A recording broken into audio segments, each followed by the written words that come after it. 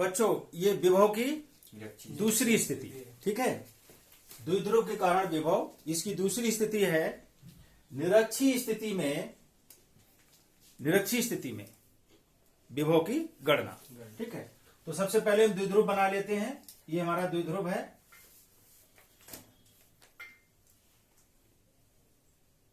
ये द्विध्रुव हो गया, ठीक। मान लो माइनस क्यू चार्ज इधर है ये, और प्लस क्यू चार्ज ये इधर है। ये इसका ए पॉइंट है और ये इसका बी पॉइंट हो गया। ए बी द्विध्रुव है जिसके ए पॉइंट पर माइनस क्यू चार्ज है और बी पॉइंट पर प्लस क्यू चार्ज है। इसके ओ मध्य बिंदु है, जहां से गुजरती हुई एक हम ऐसे ये इसका लंबार्धक खींच देते हैं, ठीक है। बराबर होना चाहिए बी और ये प्लस क्यू चार्ज, ठीक है, इक्विटोरियल। तो देखो ये निरक्ष क्या होगा इसका, जो हमारा द्विध्रुव है, ठीक है, उसका लंबार्धक, इसको मिलाने वाली रेखा हमने ये खींच दी ए बी, ठीक है। इसका आप लंबार्धक खींच दो ऐसे, तो ये जो लंबार्धक होगा, ठीक है, यही इसका निरक्ष कहलाएगा। ये तो अक्ष हो गया, अब जो अक्ष पर नहीं है तो ये हो गया, निरक्ष हो गया, ठीक है। तो इस निरक्ष पर कोई भी बिंदु हो सकता है, कहीं पर भी। ध्यान रखिएगा, किताब में सिर्फ ऊपर बताते हैं, नीचे छोड़ देते हैं, तो ये आपका अंडरस्टूड होना चाहिए कि निरक्ष माने ऊपर लाइन गई वैसे ही नीचे भी आई। तो इस लाइन पर स्थित कोई भी बिंदु हो सकता है, ये यहाँ कहीं पर भी जो है विभव की गणना आप जो सूत्र निकालने जा रहे हैं उससे कर सकते हैं, ठीक है। तो नीचे का हम साफ कर देते हैं, आपको कंफ्यूजन क्रिएट ना हो। सूत्र के लिए हमने ऊपर का ये यहाँ पे एक पी बिंदु पी ले लिया इसे, ठीक है। इसके निरक्ष पर स्थित बिंदु पी है, जहां हमें विभव की गणना करनी है। तो सबसे पहले पी को ए और बी से मिला देते हैं,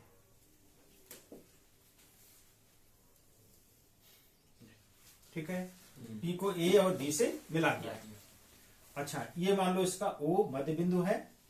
ए ओ कितना होगा, एल होगा, ठीक है। ए बी एल होगा, ये एल होगा।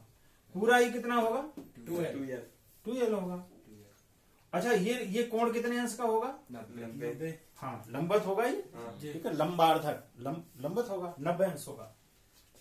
अच्छा, मान लो ये झुकाव है थीटा, ये झुकाव कितना है, थीटा है।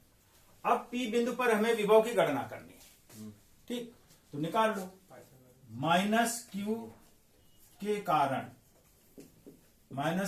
कारण निरक्ष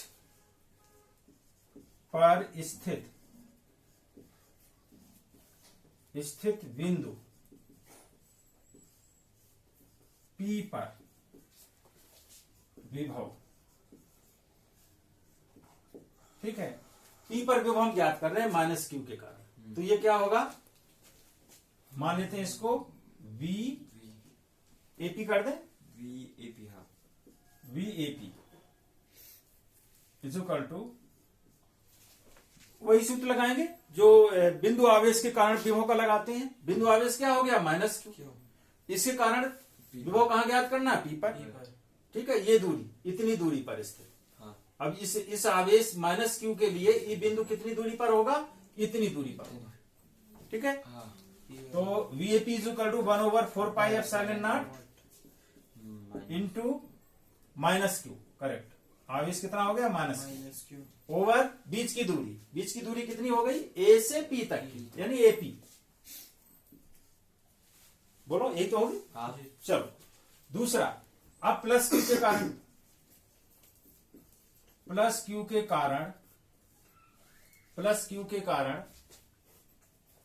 पी पर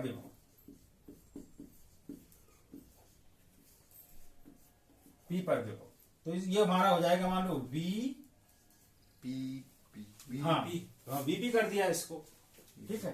तो ये बराबर हो जाएगा 1/4 pi epsilon naught plus q upon b. हाँ, इस आवेश, ये बिंदु आवेश हो गया और इतनी दूरी पर स्थित इस पी पर विभव का मान, ठीक है। तो ये हो जाएगा प्लस क्यू, प्लस नहीं लगाते हैं, क्यू लिख देते हैं, अपॉन बीच की दूरी, हाँ ये बीपी, बीपी, क्लियर। अब हमें रिजल्टेंट निकालना है, तो रिजल्टेंट कैसे निकालते हैं, बीजगणितीय हो, तो लिख दो पी पर कुल विभव या परिणामी विभव V बराबर VAP प्लस VBP, लिख दो। VAP कितना है, ये value 1/4 pi not into Q, हाँ। अब देखो, अब 1/AP बचेगा यहाँ पर, 1/AP, क्लियर है जी। अच्छा ये माइनस था, तो ये माइनस भी यहाँ रहेगा, माइनस 1/AP, ठीक, प्लस अब इधर आ जाओ, 1/B, अब इसके साथ बीपी को, इसको जोड़ रहे हो, इस वाली वैल्यू को जोड़ रहे हो, तो 1/4 पाई एप्सिलॉन नॉट बाहर आ गया, क्यू बाहर आ गया, अंदर क्या बचा, BP 1/B, 1/BP, 1/BP, तो लिख दो यहाँ पर प्लस 1/BP, ये हो गया, ठीक है। अब देखो, ज्यादा कुछ करने की जरूरत नहीं, ये पी पॉइंट जो है इसके लंबार्थक पर है, तो गणित में आ जाते हैं, एपी और पीबी यानी एपी और बीपी, ये डिस्टेंस और ये डिस्टेंस, और इन दोनों में क्या रिलेशन होगा, बराबर होंगी, ठीक है। तो एपी और बीपी दोनों आपस में कैसी हैं, बराबर है, एपी बराबर बीपी, ठीक है। जब ये दोनों बराबर हैं तो ये वैल्यू कितनी हो जाएगी, ये दोनों समान हो जाएंगे, और समान एक दूसरे से घट रहे हैं तो इनका टोटल कितना आ जाएगा, 0 आ जाएगा, बराबर है ना, तो बराबर है तो इनका टोटल 0 आ जाएगा, 0 आ जाएगा तो हमारा v कितना आ जाएगा, v बराबर 0, v बराबर कितना आ जाएगा, 0।